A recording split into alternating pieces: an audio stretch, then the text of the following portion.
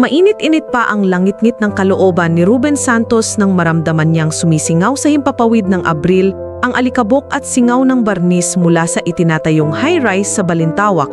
Pero mas mainit pa roon ang balitang kumalat bago pa man dumampi ang araw sa tuktok ng tower crane. Iniwan daw siya ng asawang si Marga para kay Engineer Carlo Buenaventura, gwapong project engineer na parating nakasuot ng puting polo, Ray-Ban at mabangong pabango. Umabot sa kanya ang chismis habang bitbit niya ang kalderong baon na sardinas at malamig na kanin. Kandado ang dibdib, tila nahagip ng jackhammer sa tapat ng puso. Sa bawat hakbang papasok sa gate, narinig niyang may pabulong ang ilang kasamang mason. Ayun yung naiwan, pang romcam tol, pinagpalit ng misis sa may auto. Tumusok ang mga salita pero di siya sumagot. Hinigpitan lang niya ang hawak sa lumang lunchbox na minana pa sa ama. Sa gitna ng haligit bakal, nakita niya ang eksenang parang sini. Si Marga, nakabadikon na kulay cream, nakahawak sa kamay ni Carlo, nakasuot ng singkit ng ngiti at tila iniinspeksyon ng site na parang turista. Nang magkatinginan sila ni Ruben, umiwas ng tingin ang babae, humigpit ang kapit sa palad ng engineer, napigtal sa hangin ang huling piraso ng respeto. Huminga ng malalim si Ruben, kinuha ang helmet at tumuri sa poste na kailangan niyang bakasin ng tsock. Hindi siya pwedeng bumagsak. Lingid sa lahat, may mas malaking katotohanang nakapatong sa balikat niya kaysa sa chismis na mag-asawa. Bago tayo magpatuloy sa ating kwento, paki-comment naman sa ibaba kung saan lugar kayo nanonood. At kung baguhan ka pa lang sa channel ko, huwag kalimutang i-like, i-hit ang subscribe button at pindutin ang notification bell para updated kayo sa mga inspiring stories ko araw-araw. Sige, tuloy natin ang kwento.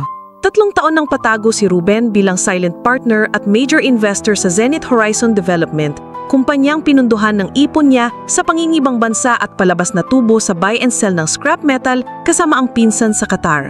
Pinili niyang manatiling rank and file upang personal na mabantayan ang kalidad ng materyales at kabutihan ng trabahador. Mga kaboard lang at abogado ang may alam ng tunay niyang posisyon. Si Carlo, bagitong engineer, ay hindi rin sinabihan para manatiling patas ang sistema. Ayaw ni Ruben ng special treatment, panata niya sa sarili, kung hindi niya kayang tiisin ng init, di niya karapatang yumaman sa pawis ng iba. Kaya nang marinig niyang pinagkaguluhan ang bagong power couple, pinilit niyang manatiling tikom ang bibig. Alam niyang sa duloy, hindi pera ni Marga o lakas ni Carlo ang magdidikta ng dangal, kundi paano nila dadalhin ang sariling anino pag sumikat ang araw.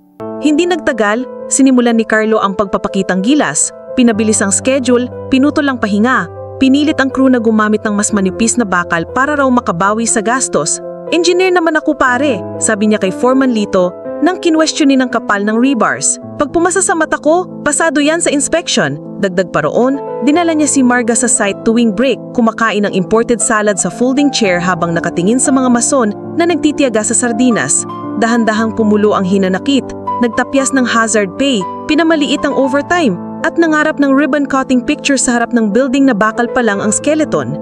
Isang hapon, habang bumubuga ang langit ng bruskong hangin mula sa papalapit na bagyo, inutusan ni Carlo ang lahat na ituloy pa rin ang pagbuhos ng semento sa ika-13 palapag kahit nanginginig ang scaffolding. Pag natapos tayo ngayon may bonus bukas, sigaw niya. Ngunit tumuntod si Ruben, dahan-dahang lumapit, bakas sa mukha ang baku-bakong linya ng hirap. Engineer, delikado, lumalakas ang ihip, pwedeng bumigay ang porma, bukas na lang. Pinangiti ng purol na yabang ni Carlo. Bakit porman ka ba? Kung takot ka umuwi ka, may bayad naman sa pag-uwing luhain. Tawa ng ilang sipsip. Napatingin si Marga, hindi makatingin ng tuwid kay Ruben. Kinagat ni Ruben ang labi, pero hindi na naniwala ang crew kay Carlo.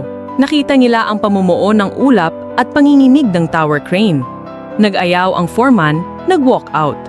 Umalma si Carlo pero natabunan ng kulog ang sigaw niya. Nag-rollback sila ng schedule. Kinabukasan, bumigay ang temporary formwork na minadali ni Carlo noong nakaraang linggo. Gumuho ang isang seksyon ng beam sa ground floor. Muntik tamaan ang safety inspector ng LGU na nagkataong dumalaw. Kumalat ang balita. Pinatawag ng board si Carlo at sinuspende pending hearing.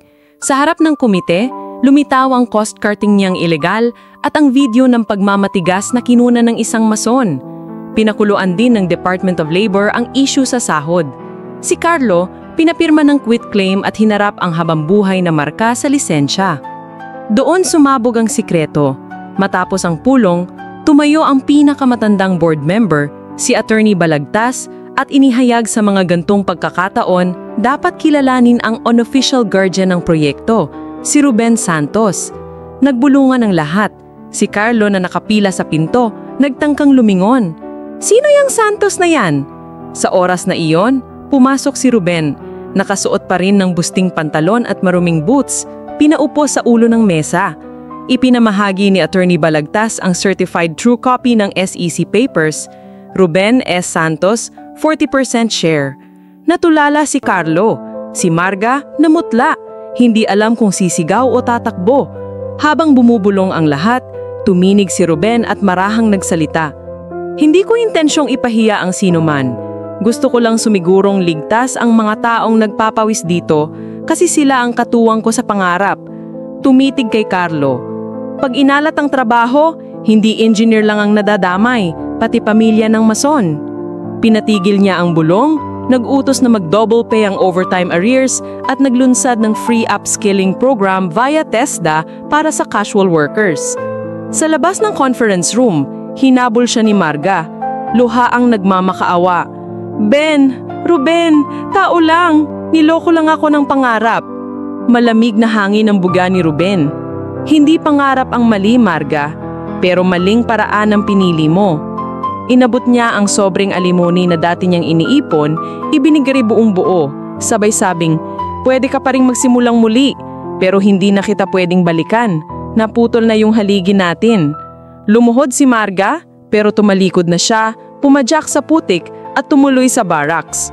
Doon niya kinuha ang lumang lunchbox, inangat ito sa uluhan ng mga obrero na nagsisitilian. Tinawag niyang kumain. Sa loob ng kahon ang bagong nilutong adobo na nilambingan ng toyo mula sa ina niyang bulag. Pinaghati-hati niya sa 40 tauhan. Walang matitira, pagsama-sama tayo.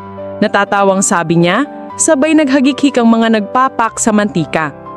3 buwan matapos ang skandalo, natapos ang structural top-off ng walang aksidente, may libreng serbesa at lechong baka. Si Ruben, nakapolo na puti pero nakasuot pa rin ng lumang boots, para raw alalahanin kung saan siya nanggaling. Sa gitna ng programa, kinilala siyang Worker Owner of the Year. Ibinigay ang plaque ng Safety Excellence. Dumalo si Marga sa dulo ng crowd, humawak sa upuan, kumindak siya ng may luha. Tinangguan niya rin, tanda ng patawad, pero hindi na nga akong babalik. Samantala, si Carlo, natutong mag-site safety officer sa probinsya. Laging naka-full PPE, walang shortcut. Natuto raw sa pinakamahalagang leksyon, yung leksyon ng kahihiyan at pagbagsak. Tuwing nalulubag ang alikabok sa hapon at sumasalamin ng araw sa salamin ng natapos na gusali, makikita si Ruben na nakaupo sa scaffold beam na nagmamasid sa lungsod.